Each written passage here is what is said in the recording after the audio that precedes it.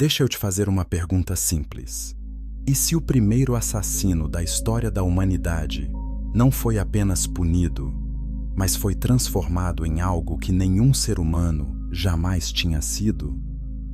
Gênesis 4:16 nos diz que Caim saiu da presença do Senhor e habitou na terra de Nod. Mas a maioria das pessoas assume que Nod era apenas um lugar comum, um deserto qualquer, onde Caim vagou sozinho até morrer.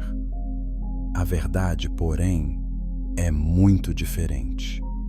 Os textos preservados pela Igreja Ortodoxa Etíope revelam que Nod não era apenas um território geográfico, era um limiar entre dois mundos. Nesta história, vamos caminhar por 3 etapas. Primeiro, vamos entender quem Caim realmente era antes do crime e o que aconteceu com ele depois. Depois, vamos descobrir que forças estavam esperando por ele na terra de Nod. E por último, vamos ver como essa civilização esquecida moldou padrões que existem até hoje. E quando entendermos essa primeira camada, a verdadeira história começa. Tudo começa com 2 irmãos. Caim era o mais velho, Abel era o mais novo. Ambos trouxeram ofertas ao Senhor. Abel ofereceu as primícias do seu rebanho.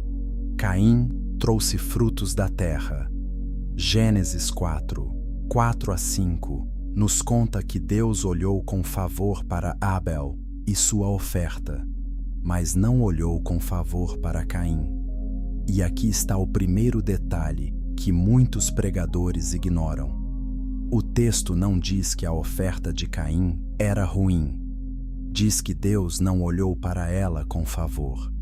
Existe uma diferença enorme entre essas duas coisas. Alguns estudiosos acreditam que o problema não estava no tipo de oferta, mas na atitude do coração. Caim ofereceu o que sobrou. Abel ofereceu o melhor que tinha.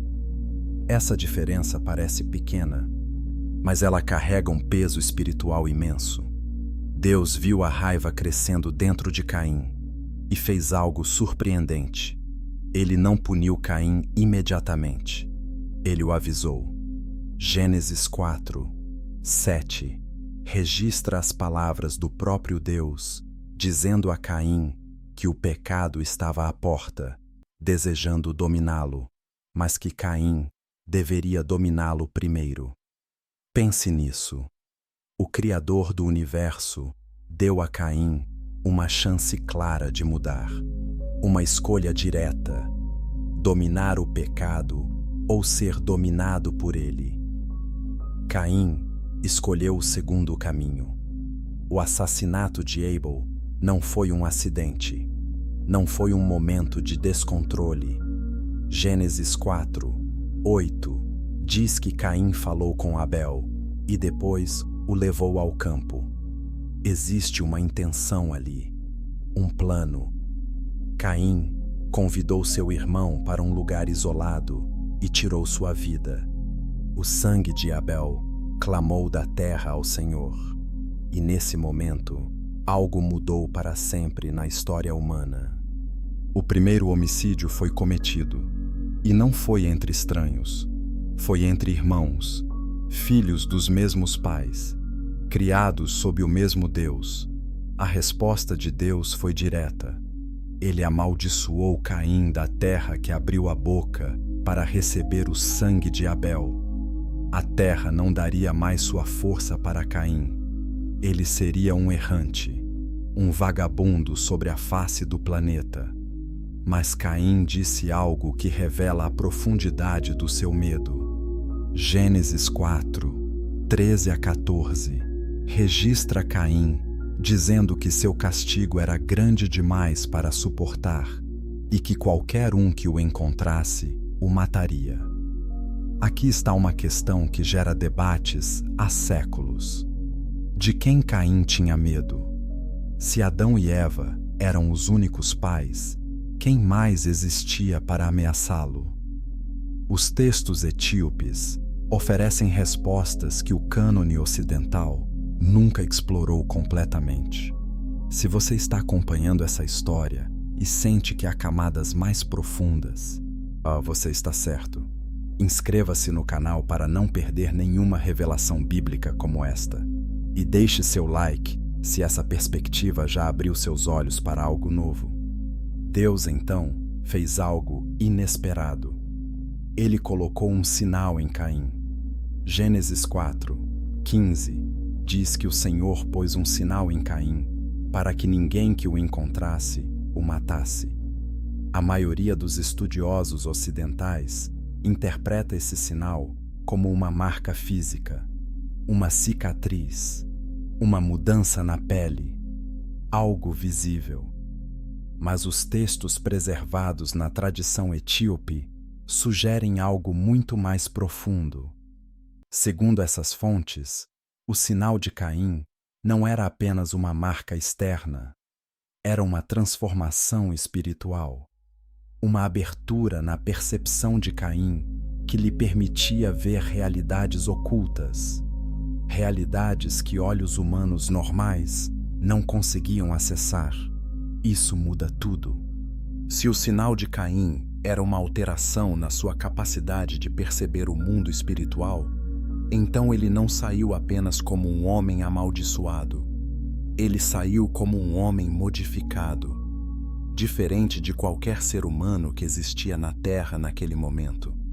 E quando Caim caminhou para o leste, para a terra de Nod, ele não ia apenas buscar refúgio. Ele ia em direção a algo que já o esperava, forças que já sabiam que ele estava vindo. E o que Caim encontrou em Nod não era solidão, era exatamente o oposto. O livro de Adão e Eva, um dos textos mais antigos preservados pela tradição etíope, descreve a jornada de Caim para o leste com detalhes que a Bíblia ocidental simplesmente não contém. Segundo esse texto, conforme Caim caminhava, a terra ao seu redor mudava. A vegetação se tornava mais estranha. Os sons da natureza eram diferentes. Havia sussurros no vento que pareciam palavras. E conforme ele se aproximava de Nod, a própria luz do sol parecia diferente, mais pesada, mais densa, como se o ar carregasse algo que olhos normais não podiam ver, mas que Caim, com sua marca, percebia com clareza crescente. Ele não estava sozinho nessa caminhada. Algo caminhava com ele. Algo invisível para qualquer outro humano, mas perfeitamente visível para o homem que Deus havia marcado. E quando Caim finalmente cruzou a fronteira de Nod, ele entendeu. O que esperava por ele não era punição, era oportunidade. Uma oportunidade envenenada, claro. Mas Caim já não se importava com a diferença entre veneno e alimento. Ele só queria poder. E poder era exatamente o que Nod oferecia. Mas o que eram essas forças? E por que estavam esperando justamente por Caim? A resposta a essas perguntas vai revelar uma das histórias mais suprimidas de toda a tradição bíblica. Capítulo 2. A terra de Nod e a marca que abriu portais. Quando Caim chegou à terra de Nod, algo aconteceu que os textos bíblicos tradicionais mal mencionam. A palavra Nod, em hebraico, significa errância, vagueação. Mas o livro de Adão e Eva, preservado pela Igreja Ortodoxa Etíope, descreve Nod como muito mais do que um lugar de peregrinação sem rumo. Era uma região onde as fronteiras entre o mundo físico e o mundo espiritual eram finas, quase transparentes. Um lugar onde a realidade oscilava. Pense nisso por um momento. Caim não foi enviado para um deserto comum. Ele foi enviado para uma zona de transição, um espaço onde seres de outra dimensão já operavam. E a marca que Deus colocou nele não era apenas proteção contra outros humanos. Era uma chave que abria a percepção de Caim para ver o que existia naquele lugar. Os seres que habitavam Nod já estavam ali antes de Caim chegar. Eles não eram humanos, e não eram demônios no sentido que a maioria das pessoas entende. Eram algo entre os dois. O livro de Enoque, capítulo 6, identifica esses seres como os vigilantes, anjos que foram designados para observar a humanidade, guardar e proteger a criação de Deus. Mas algo deu errado. Esses anjos viram a beleza das filhas dos homens e desejaram o que não lhes pertencia. O texto de Enoque 6, 2 diz que eles olharam e cobiçaram e disseram uns aos outros que deveriam escolher esposas entre as filhas dos homens. Esse foi o começo de uma rebelião que mudaria a face da terra. Mas aqui está o detalhe que o vídeo concorrente não explorou. A chegada de Caim a Nod não foi coincidência. Os vigilantes já tinham planos. Eles precisavam de um ser humano que estivesse separado de Deus. Alguém que já tivesse cruzado uma linha moral que outros humanos não tinham cruzado. Caim era perfeito para isso. Ele já tinha matado, já tinha sido amaldiçoado, já tinha sido marcado, e agora carregava uma percepção espiritual alterada que o tornava receptivo ao que os vigilantes queriam ensinar. Os textos etíopes descrevem os primeiros dias de Caim em Nod como um período de revelação. Ele começou a ver coisas que nunca tinha visto antes. Padrões na natureza, energias fluindo entre o céu e a terra, presenças invisíveis que se moviam ao redor dele. A marca de Deus, que deveria ser proteção, tornou-se para Caim uma ferramenta de exploração. Ele não usou essa percepção para se arrepender. Usou para buscar poder. E os vigilantes estavam prontos para oferecer exatamente isso. Se essa revelação sobre a marca de Caim está mudando sua forma de entender a Bíblia, compartilhe este vídeo com outros crentes que buscam verdades mais profundas nas Escrituras. A primeira coisa que Caim fez em Nod, segundo as tradições preservadas, foi construir. Gênesis 4, 17 confirma isso de forma breve. Caim conheceu sua mulher, que concebeu e deu à luz Enoque. E Caim construiu uma cidade e deu a ela o nome do seu filho, Enoque. Parece simples, mas pense na logística dessa afirmação. Um homem sozinho, amaldiçoado, vagando numa terra desconhecida, de repente constrói uma cidade inteira. Como? Com que conhecimento? Com que ajuda? Os estudiosos tradicionais pulam essa questão, mas os textos etíopes não pulam. Eles indicam que Caim recebeu instrução, não de outros humanos, mas dos seres que já habitavam Nod. Os vigilantes ensinaram Caim a construir, não apenas casas comuns, mas estruturas com propósito espiritual. Cada pedra posicionada com intenção, cada ângulo calculado para canalizar energias que olhos humanos não podiam ver. A cidade de Enoque não era apenas um abrigo contra o tempo, era um instrumento, uma máquina espiritual construída em pedra. E aqui está algo que vai te fazer parar e pensar. O nome que Caim deu à cidade não foi aleatório. Ele a chamou de Enoque, o mesmo nome do seu filho.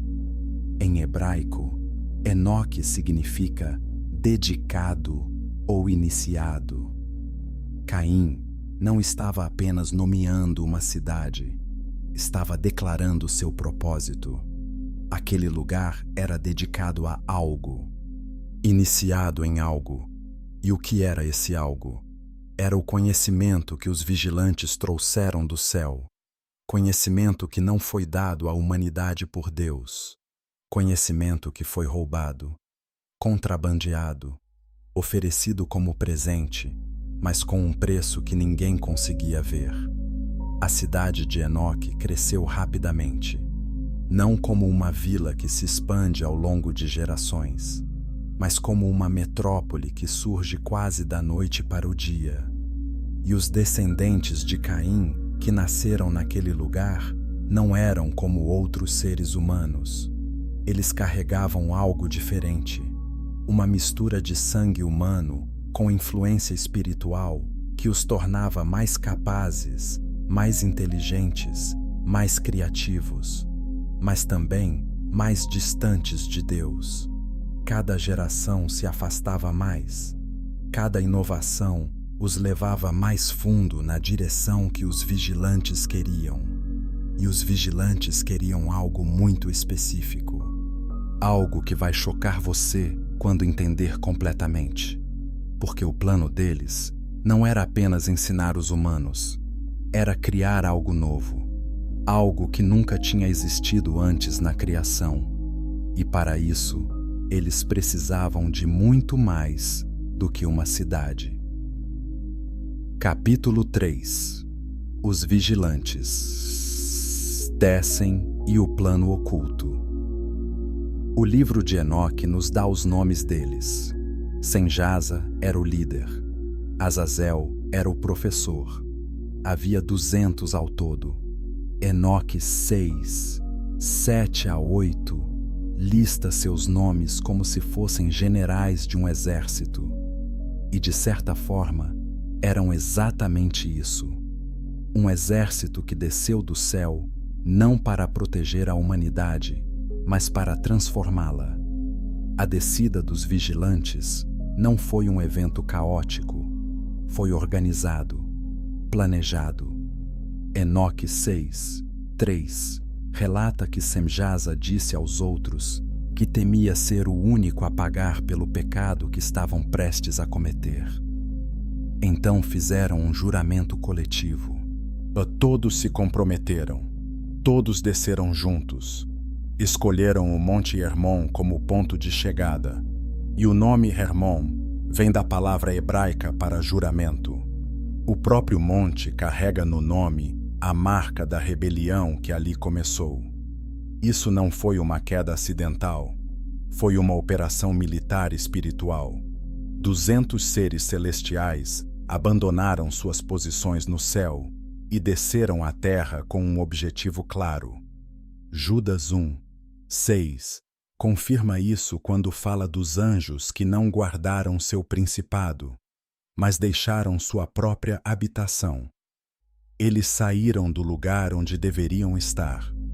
Cruzaram uma fronteira que nunca deveria ser cruzada. Mas por quê? O que eles queriam? A resposta é mais perturbadora do que a maioria das igrejas está disposta a discutir. Os vigilantes queriam criar uma raça híbrida, parte celestial, parte humana. Seres que combinassem o poder espiritual dos anjos com a capacidade física dos homens. Gênesis 6, 4 menciona os Nefilins como o resultado mais visível dessa mistura. Mas os Nefilins eram apenas a ponta do iceberg. Eram os gigantes, os monstros, os que todos podiam ver.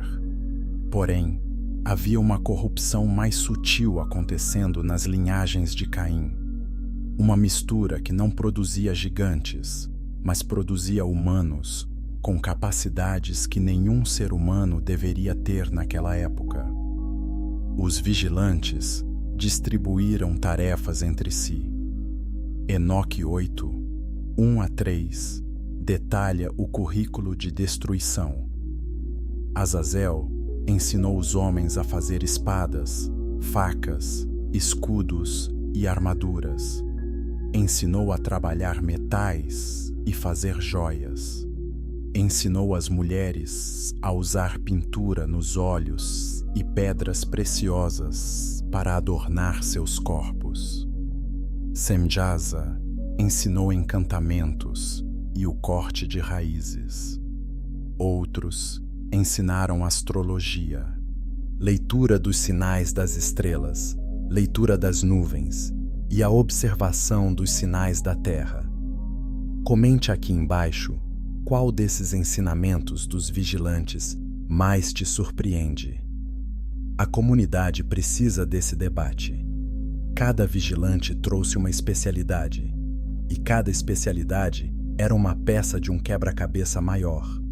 Não eram conhecimentos aleatórios. Formavam um sistema completo. Metalurgia para criar armas e controlar pela força.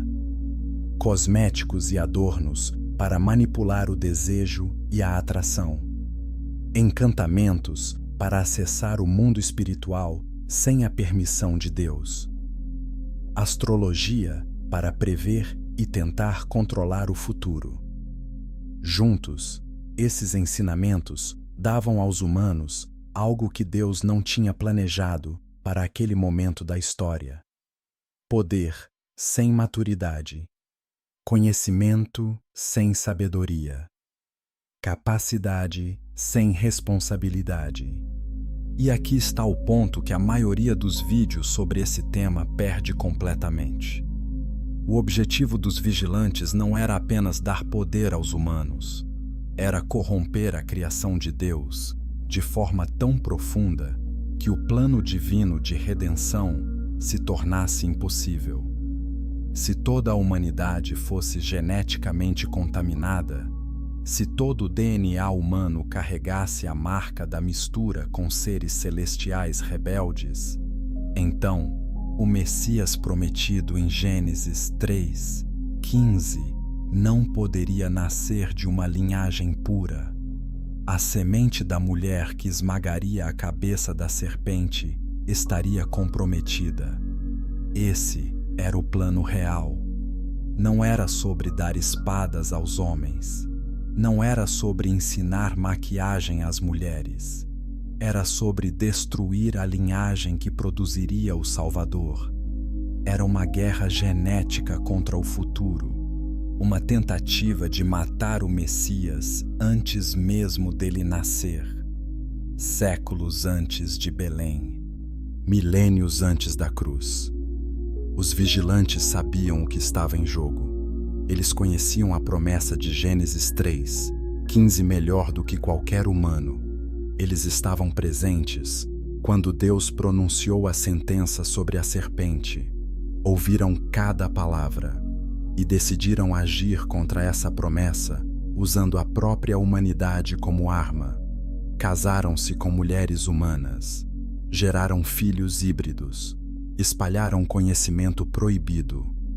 E tudo isso aconteceu com maior intensidade na terra de Nod, entre os descendentes de Caim, porque Caim já estava separado, já estava amaldiçoado, já estava aberto ao que os vigilantes ofereciam. Sua linhagem era o terreno perfeito para plantar as sementes da corrupção. E as sementes germinaram rápido, muito mais rápido do que qualquer um esperava. O livro de Jubileus, capítulo 5, descreve a escala dessa corrupção de forma assustadora. Toda a carne havia corrompido seu caminho, desde os homens até os animais, até os pássaros, até tudo que se move sobre a terra. Todos haviam corrompido seus caminhos e suas ordens. A contaminação não ficou limitada aos humanos. Os vigilantes experimentaram com animais também.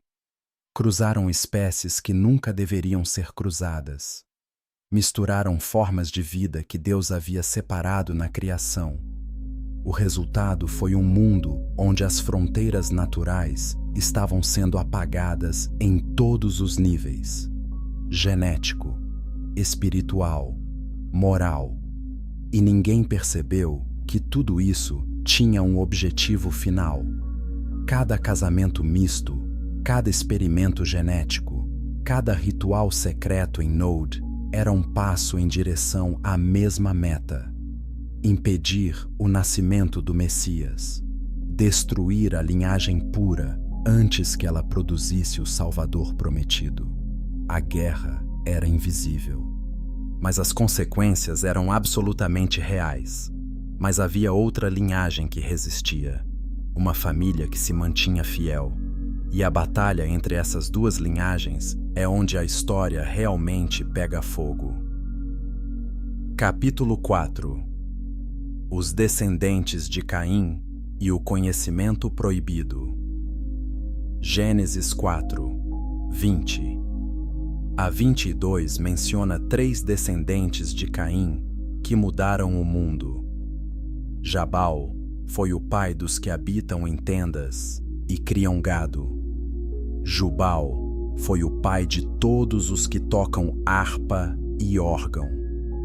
Tubal-Caim foi o mestre de toda a obra de cobre e ferro. 3 nomes, 3 áreas de conhecimento, e todos surgiram dentro de poucas gerações. Isso não é normal. Pense na velocidade desse desenvolvimento. A humanidade estava nos seus primeiros estágios. A maioria dos seres humanos ainda vivia de forma extremamente simples. Mas na linhagem de Caim, em Node, e 3 revoluções tecnológicas aconteceram quase simultaneamente: pecuária organizada, música instrumentalizada, metalurgia avançada. Qualquer historiador sabe que essas inovações levam milhares de anos para se desenvolver naturalmente. Mas em Node, apareceram em questão de gerações. A explicação dos textos etíopes é direta.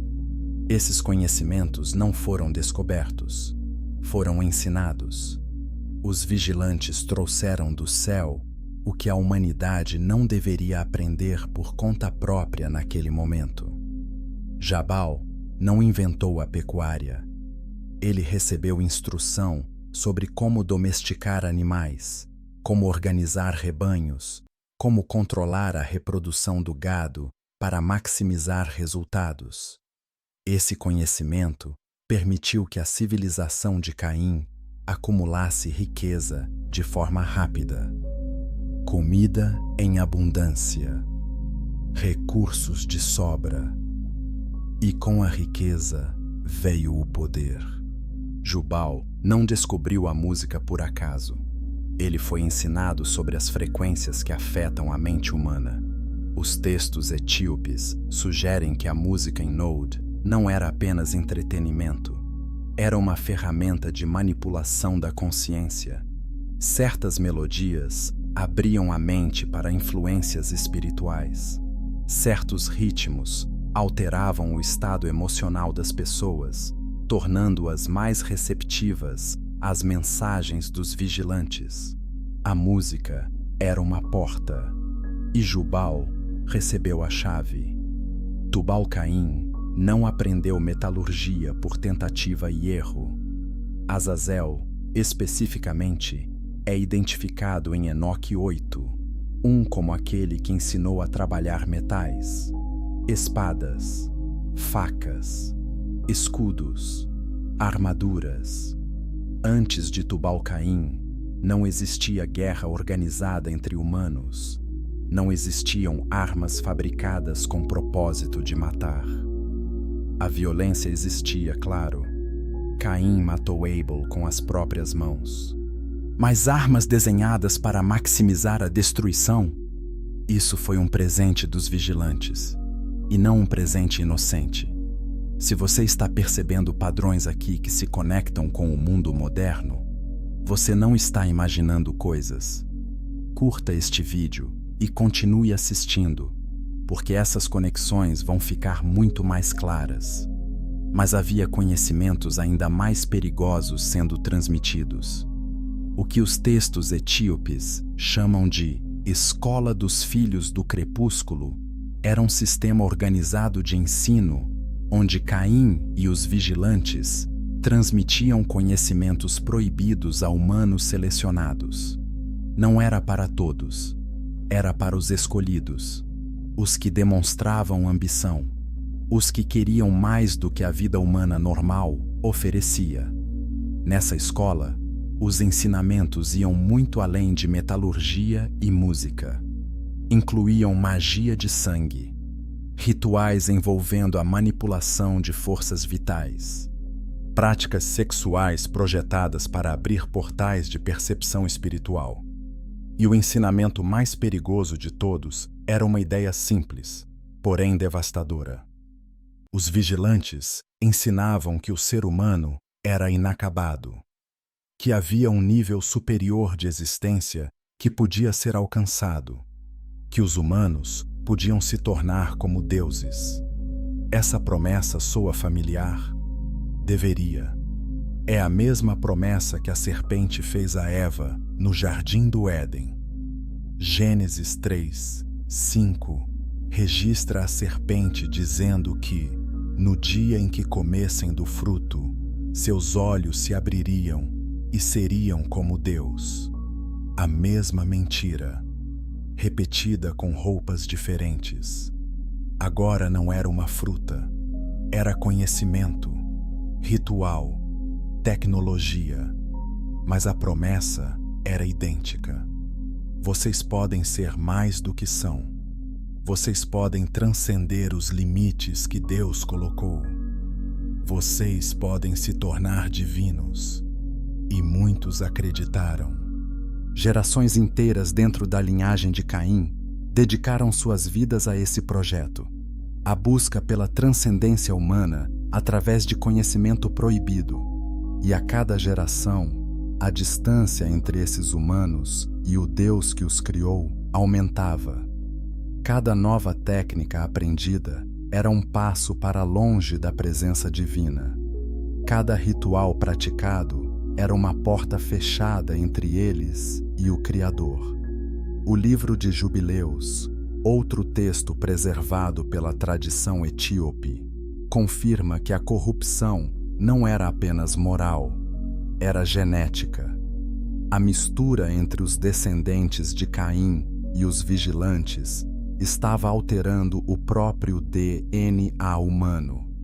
A humanidade estava sendo reescrita, e o objetivo final dessa reescrita era eliminar qualquer possibilidade de uma linhagem pura produzir o Messias prometido.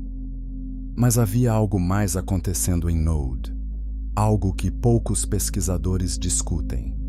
A cidade de Enoque não era apenas uma cidade, era uma máquina.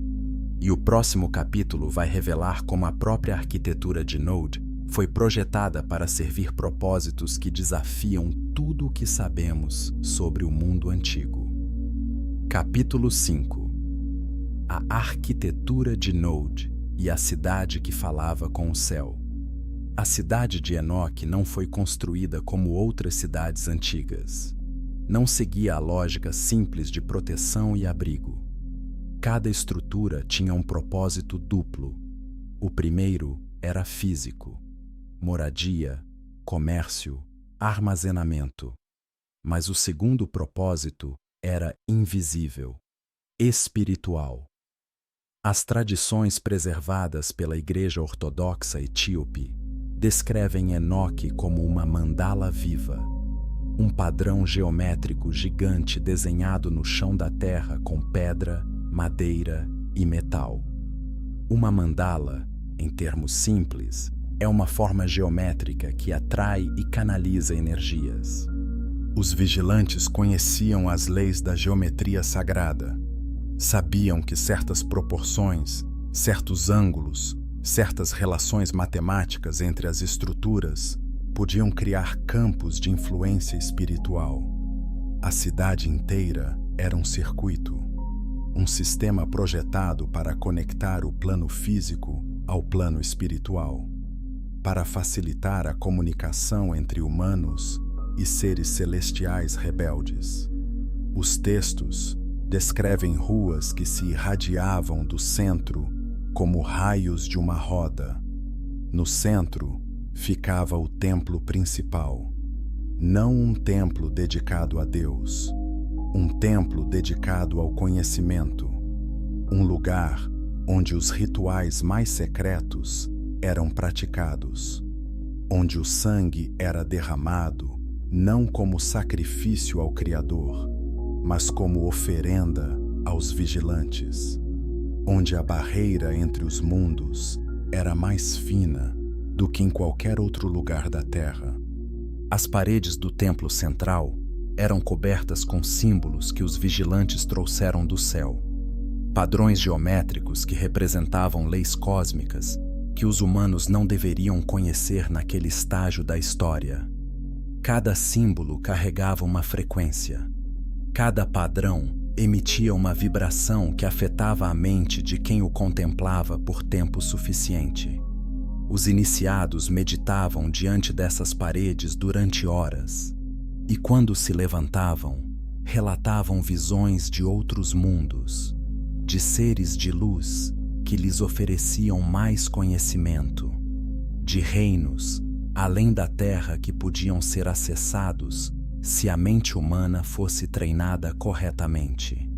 O livro de Enoque, capítulo 8, confirma que os ensinamentos dos vigilantes incluíam a leitura dos sinais celestes e a interpretação de fenômenos naturais de formas que conectavam o céu à terra.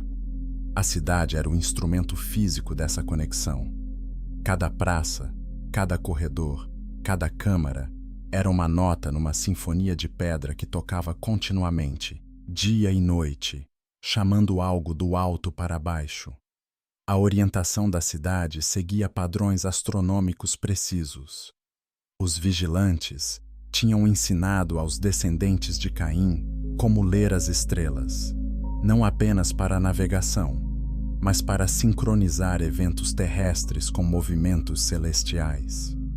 Certos rituais só podiam ser realizados quando determinadas estrelas estavam em posições específicas. A cidade foi construída para se alinhar com esses momentos. Era um relógio cósmico em pedra. Inscreva-se agora e ative o sino de notificações para receber mais conteúdo bíblico que revela verdades escondidas há séculos. Havia câmaras subterrâneas sob a cidade, espaços que não eram acessíveis a todos. Apenas os iniciados da escola dos filhos do crepúsculo podiam descer. Esses espaços eram projetados para isolamento sensorial, sem luz, sem som externo, apenas o som dos cânticos e os padrões vibratórios que os vigilantes ensinaram. Nesses espaços, os iniciados passavam por experiências que alteravam permanentemente sua percepção.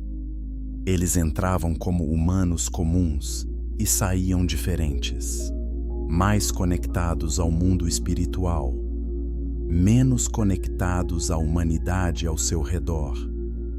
O conceito por trás dessa arquitetura é o que os textos chamam de correspondência. A ideia de que o que existe em cima tem um reflexo embaixo, que padrões celestiais podem ser replicados na Terra e que, ao replicar esses padrões, é possível criar pontos de acesso entre as dimensões. A cidade de Enoque era, em essência, um portal permanente. Não um portal como os filmes mostram, e com luzes brilhantes e efeitos especiais, mas um portal sutil, um lugar onde a influência espiritual era mais forte, mais constante, mais penetrante do que em qualquer outro ponto do planeta. E aqui está algo que vai te fazer repensar muitas coisas.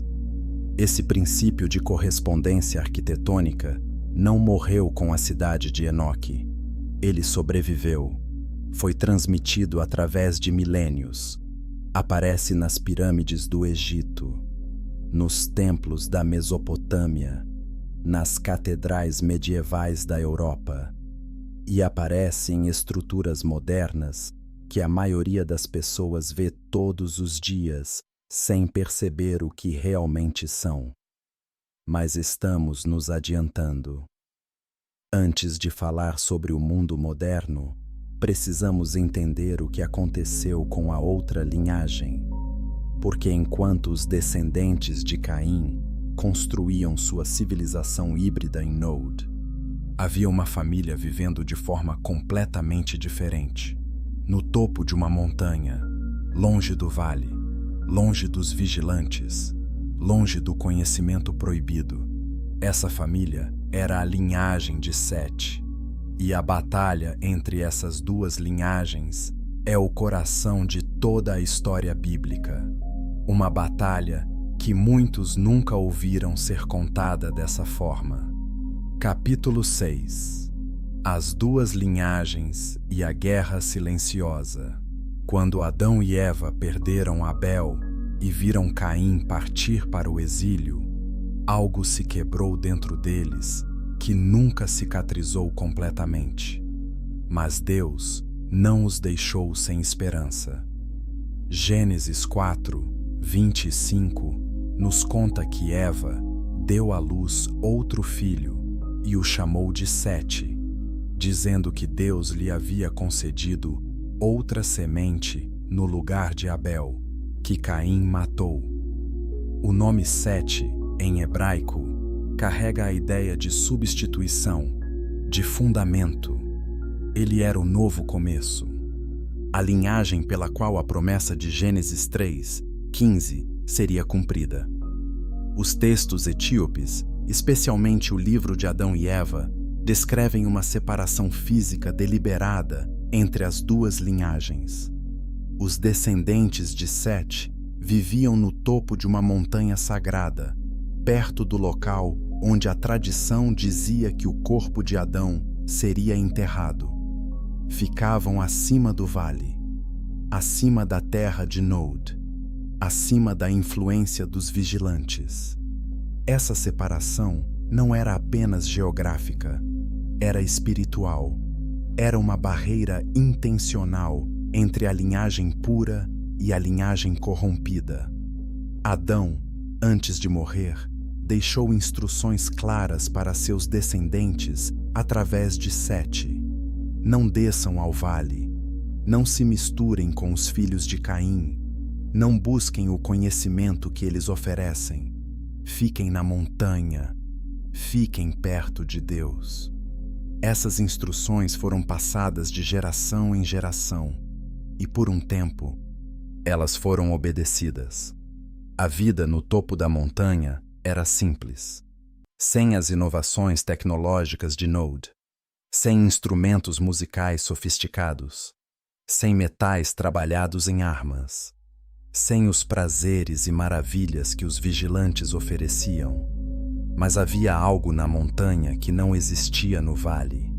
Havia paz, havia a presença de Deus, havia oração.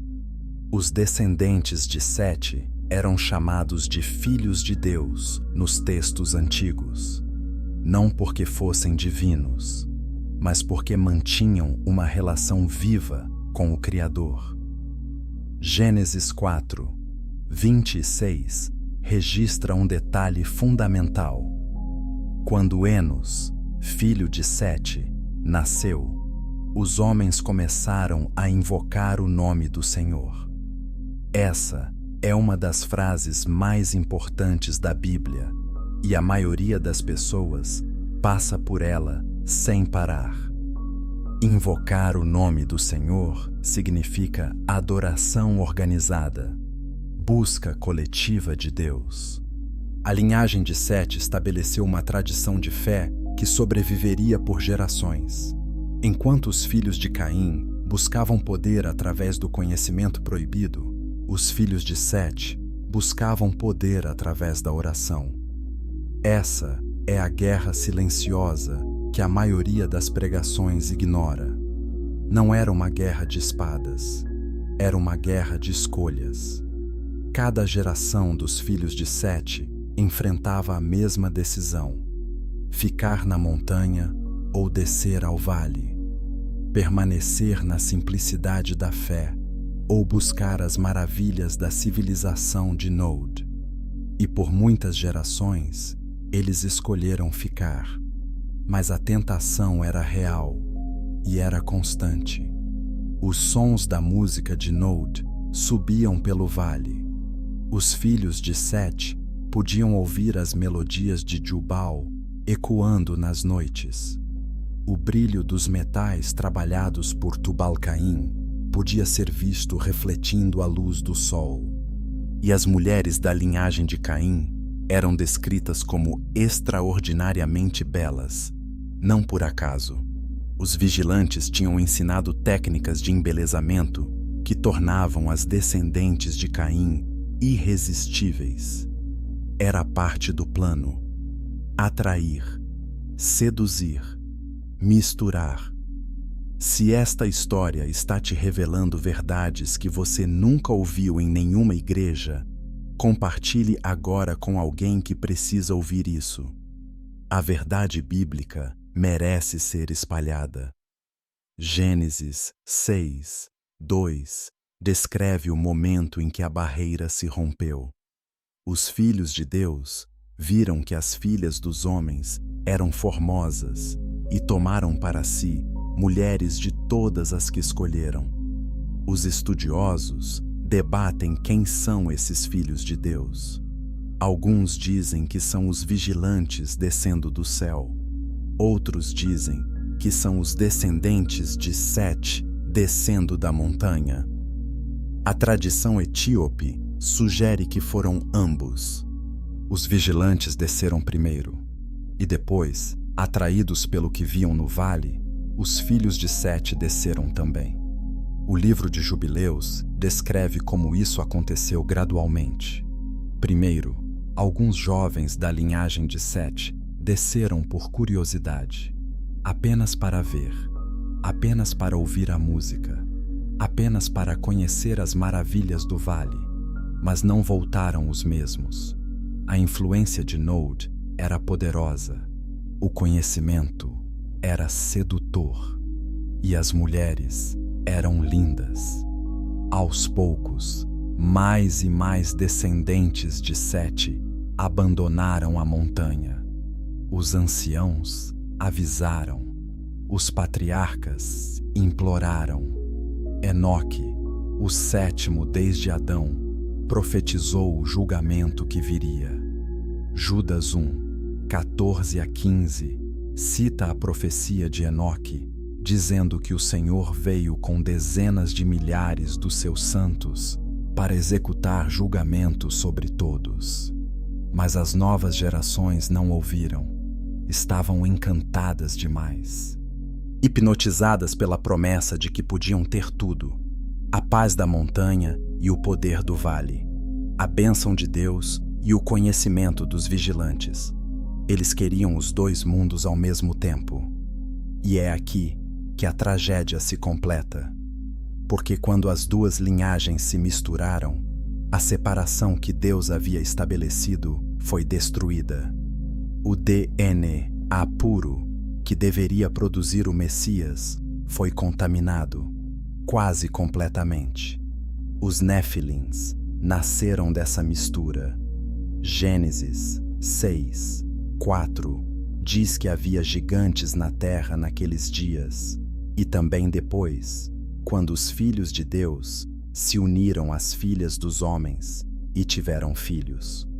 Estes foram os valentes, os homens de renome, mas os Nefilins eram apenas o resultado mais visível. A verdadeira corrupção ia mais fundo. A cada casamento entre as linhagens, a pureza genética diminuía. A cada geração, menos humanos carregavam o DNA, a original que Deus havia criado. A terra inteira estava sendo reprogramada, e Deus olhou para tudo isso e tomou uma decisão que mudaria a história para sempre. A escuridão se espalhou tão completamente que Gênesis 6, 5 a 6 registra algo devastador.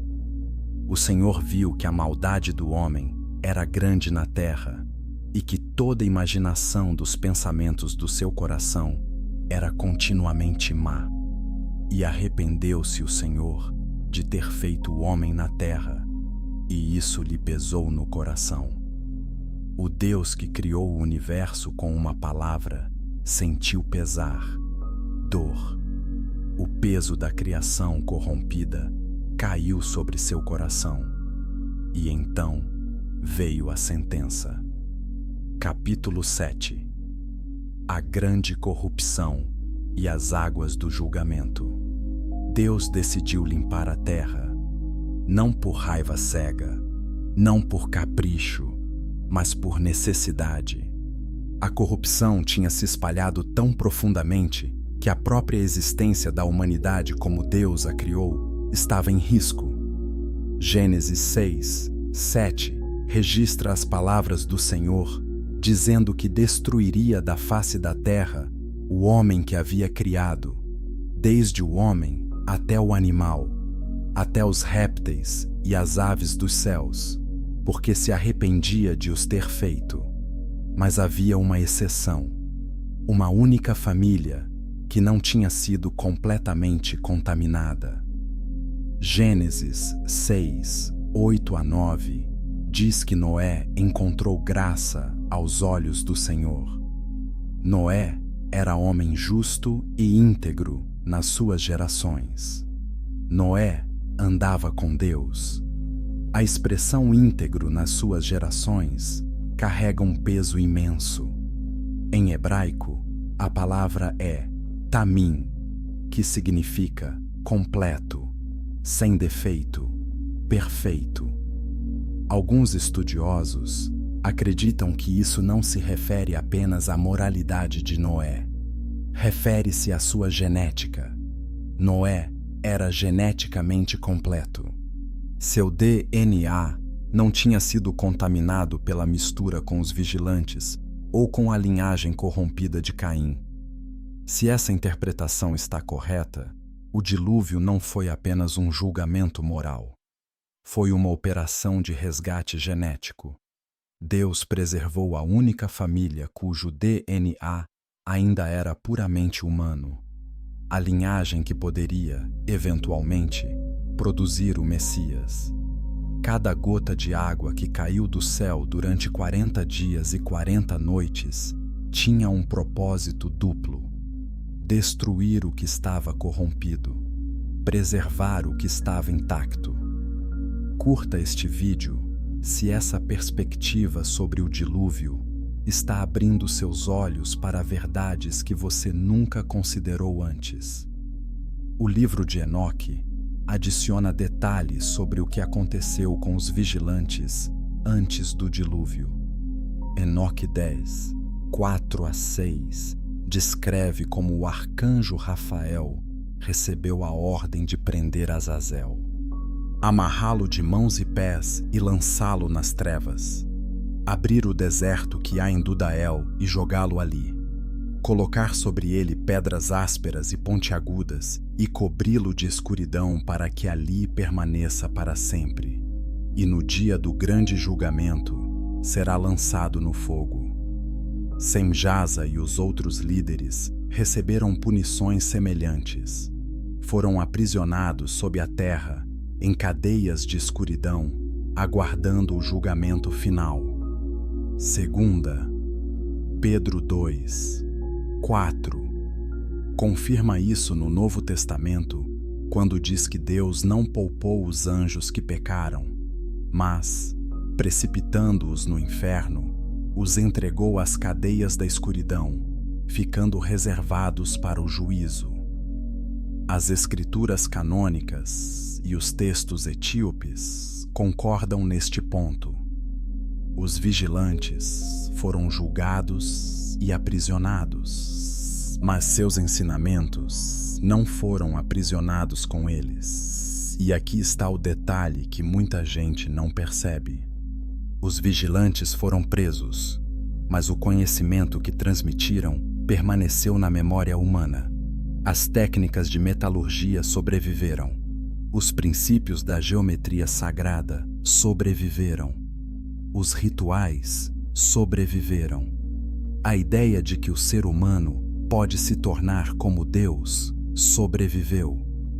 O dilúvio destruiu os corpos, destruiu as cidades, destruiu os Néfilins, mas não destruiu as ideias. O livro de Jubileus sugere que alguns desses conhecimentos foram preservados de formas que os textos não detalham completamente. Certas tradições passaram de alguma forma através do dilúvio, talvez através das esposas dos filhos de Noé, cujas linhagens os textos não detalham com a mesma precisão. Talvez através de inscrições em pedra ou metal que sobreviveram às águas. Talvez através de sonhos e visões que os espíritos dos Nefilins mortos continuaram a semear na mente humana, porque os Nefilins morreram no dilúvio. Mas Enoque 15, 8 a 10, revela algo perturbador sobre o que aconteceu com seus espíritos.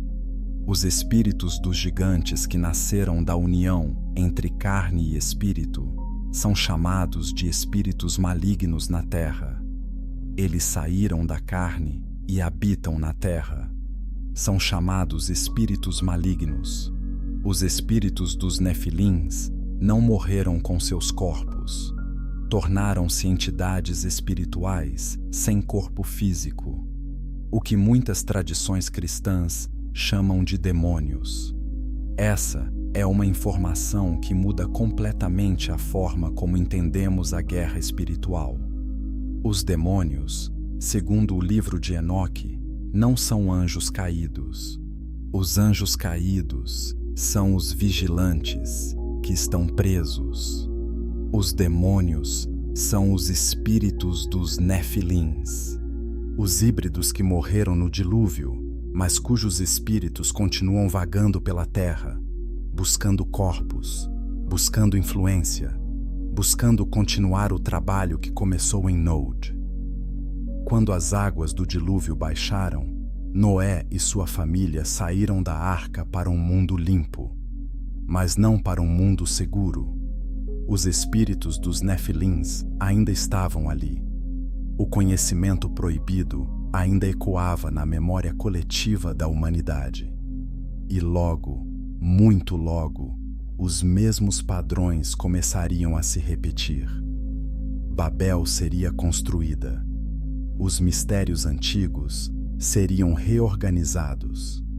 E a busca pela transcendência sem Deus recomeçaria com força total. Mas o que acontece quando esses padrões não ficam no passado? E se eles estiverem ativos agora, no nosso mundo, nas nossas cidades, nas nossas tecnologias? O próximo capítulo vai conectar os pontos de uma forma que talvez mude para sempre a maneira como você vê o mundo ao seu redor. Capítulo 8. Os ecos de Nod no mundo moderno. Se você chegou até aqui, você já entende algo que a maioria das pessoas nunca vai perceber. Nod não foi apenas um evento histórico. Nod é um padrão, um modelo, uma fórmula que se repete ao longo da história humana. E essa fórmula tem 3 ingredientes que nunca mudam. Primeiro, a busca por conhecimento proibido. Segundo, a promessa de transcendência humana. Terceiro, a rebelião contra os limites estabelecidos por Deus. Olhe para o mundo ao seu redor com esses 3 critérios em mente. O que você vê? O transhumanismo moderno é talvez o exemplo mais óbvio. É um movimento que declara abertamente que o ser humano pode e deve superar suas limitações biológicas, que a morte pode ser conquistada, que a inteligência pode ser amplificada artificialmente, que o corpo humano pode ser fundido com máquinas, que a consciência pode ser transferida para sistemas digitais.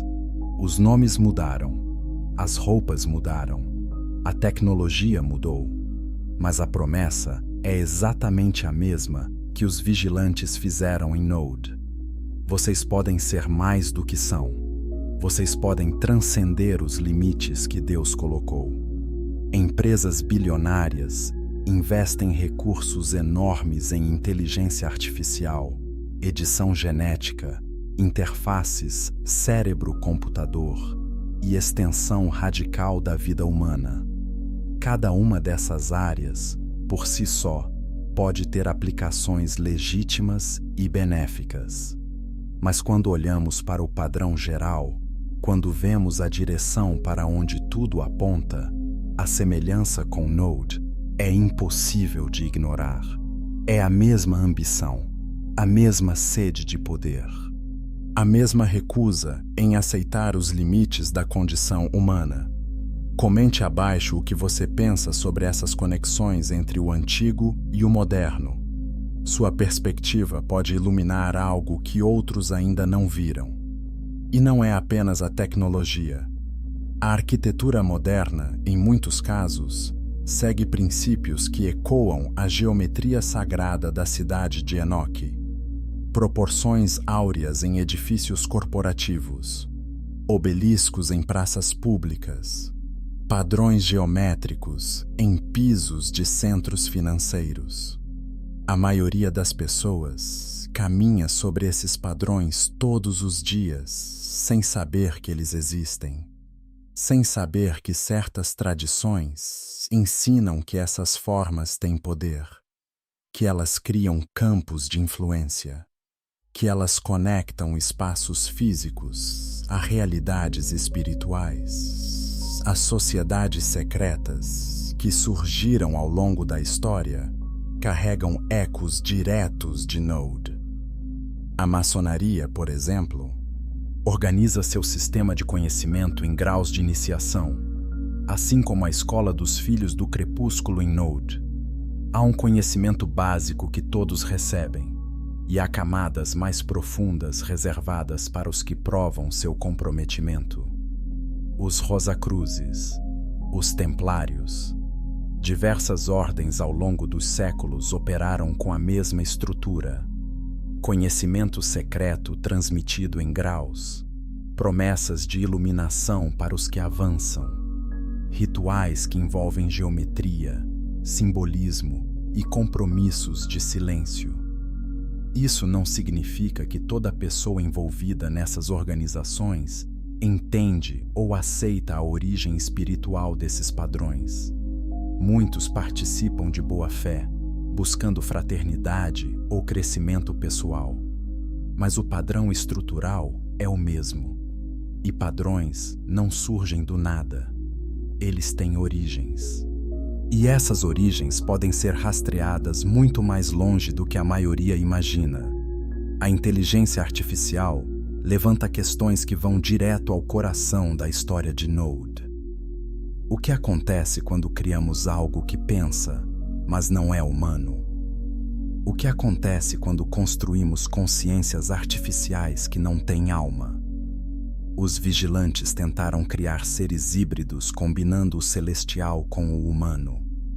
O transhumanismo moderno tenta criar seres híbridos combinando o digital com o biológico. A direção é a mesma. Borrar as fronteiras, misturar o que Deus separou, criar algo que não se encaixa em nenhuma categoria da criação original. E depois, há as tendências culturais mais sutis. A glorificação da beleza artificial. O uso de música para alterar estados de consciência. A normalização de práticas espirituais que misturam tradições de formas que apagam distinções importantes. Cada uma dessas tendências, isoladamente, pode parecer inofensiva, mas juntas formam um padrão que qualquer estudante dos textos antigos reconheceria imediatamente. É Node. De novo, com outro nome, em outra época, mas com a mesma essência. Inscreva-se agora para continuar explorando as verdades bíblicas mais profundas que a maioria das igrejas nunca discute. Cada vídeo neste canal é uma porta para entender melhor as Escrituras. Mas há esperança nessa história.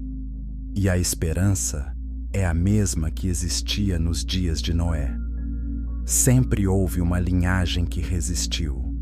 Sempre houve um grupo que escolheu ficar na montanha quando o vale chamava. Sempre houve pessoas que preferiram a simplicidade da fé ao brilho do poder proibido. E Deus sempre preservou essa linhagem. Através do dilúvio, através de Abraão, através de Israel, através de Cristo. A promessa de Gênesis 3:15 se cumpriu. A semente da mulher esmagou a cabeça da serpente. O plano dos vigilantes falhou. A linhagem pura produziu o Messias. Jesus nasceu, viveu, morreu, ressuscitou e, nesse ato, desfez tudo o que Node tentou construir. A verdadeira transcendência humana não vem de conhecimento proibido, não vem de edição genética, não vem de fusão com máquinas, vem da cruz, vem do arrependimento, vem da fé simples em um Deus que nunca abandonou seu plano.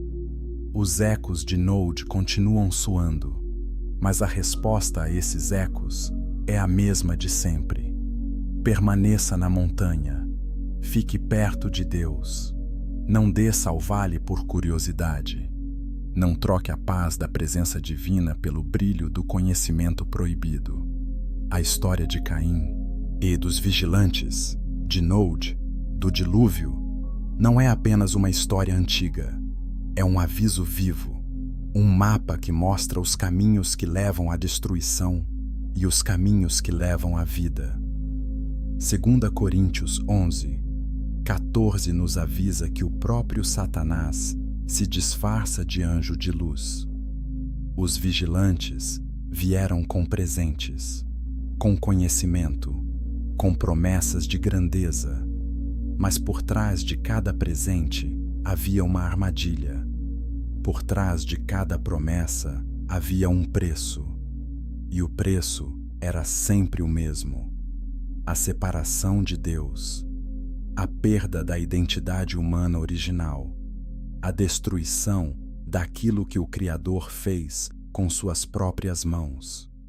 Hoje, neste momento, enquanto você ouve essas palavras, o convite é o mesmo que Deus fez a Caim antes do primeiro sangue ser derramado.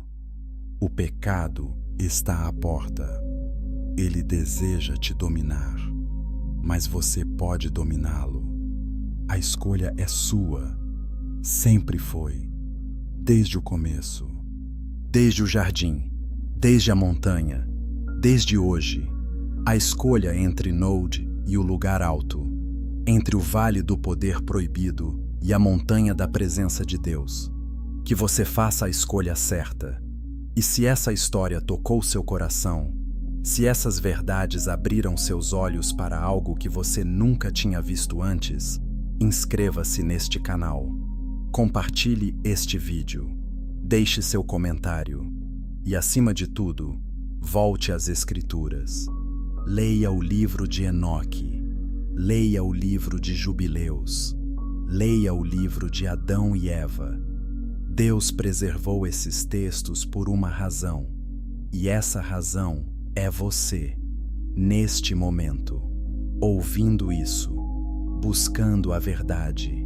A verdade sempre esteve ali, escondida à vista de todos, esperando ser encontrada por aqueles que têm olhos para ver e ouvidos para ouvir.